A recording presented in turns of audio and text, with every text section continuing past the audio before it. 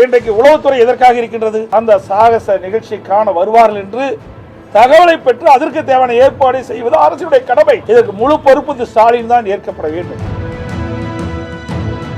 ஒரு நிவாரணம் கொடுத்துட்டு அந்த குடும்பம் காப்பாற்றிடுவாங்களா? இந்த அரசுடைய செயலற்ற தன்மை, கையிலாகாத தன்மை இதில் காட்டுகிறது. வெட்கக்கேடான விஷயம். இந்த வான் சாகச நிகழ்ச்சி காணுவதற்கு மக்கள் திரளாக வர வேண்டும் என்று முதலமைச்சர் திரு ஸ்டாலின் அவர்கள் அழைப்பு விடுத்திருந்தார் மக்களுக்கு. அந்த அழைப்பின் அடிப்படையில் லட்சக்கணக்கான மக்கள் இந்த வான் சாகச நிகழ்ச்சிக்கான மெரினா பீச்சிலே மிக திரளாக கூடினார்கள். அந்த நிகழ்ச்சியை கண்டு களித்துக் கொண்டிருக்கின்ற வேளையில் இந்த அரசு தேவையான அடிப்படை வசதி செய்து கொடுக்காத காரணத்தினால் மக்கள் லட்சக்கணக்கான பேர் அந்த மெரினா பீச்சிலே கூடிய காரணத்தினால் கூட்ட நெரிசல் சிக்கி பல பேர் இறந்துள்ளார்கள். அடிப்படை வசதி செய்து கொடுக்காத காரணத்தினால் அங்கே குடிநீர் வசதி கிடையாது, கழிப்பறை வசதி கிடையாது. இதனால் மக்கள் பெரும் துன்பத்துக்கு ஆளாகியுள்ளார்கள்.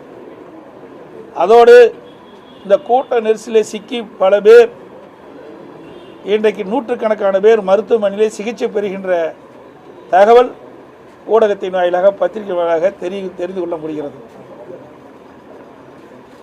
இன்றைக்கு முதலமைச்சருடைய அறிவிப்பின் காரணமாகத்தான் லட்சக்கணக்கான பேர் அங்கே கூடிய ஒரு சூழ்நிலை ஏற்பட்டது. இந்த நிகழ்ச்சிக்கான எவ்வளவு பேர் அங்கே கூடுவார்கள் என்று தகவலை உளவுத்துறையின் மூலமாக தகவலை பெற்று அதற்கு தக்க ஏற்பாடுகளை செய்திருந்தால் இந்த உயிர் சேதம் ஏற்பட்டிருக்காது.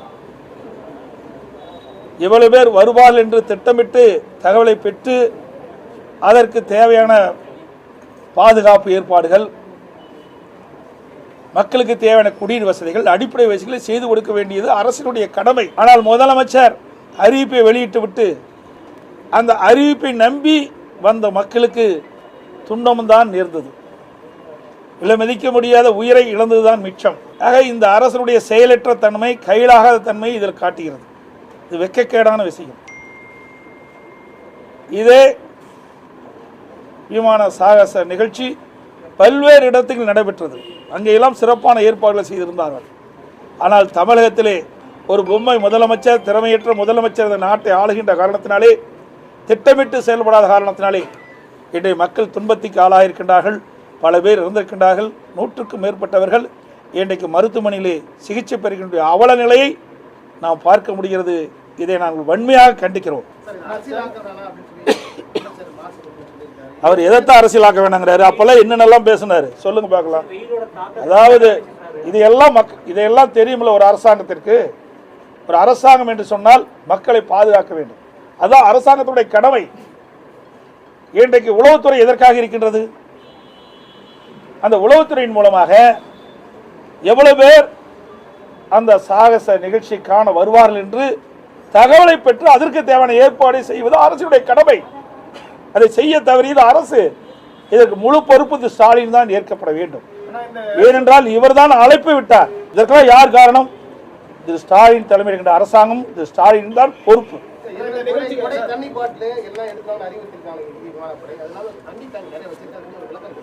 சரி, நீங்க எப்படி இருக்கிறாங்க? நீங்க உங்க ஊடகத்திலையும் பத்திரிகைன்னு வர செய்தி வச்சு தான் நான் பேசுறேன். இதே ஊடகம் பத்திரிகை தான் செய்தி வெளியிட்டு இருக்கிறீங்க.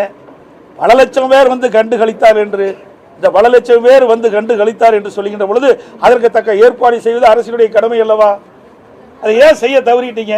அதனால தானே இவ்வளவு பேர் இறந்துட்டாங்க, இவ்வளவு பேர் இவ்வளவு துன்பத்துக்கு ஆளாயிருக்காங்க. பல நூற்றுக்கணக்கான பேர், 250 பேருக்கு மேலாக எனக்கு கிடைத்த தகவல் சுமார் 300 பேர் ஊடகத்தின் பத்திரிகை வந்த செய்தி வச்சு நான் சொல்றேன்.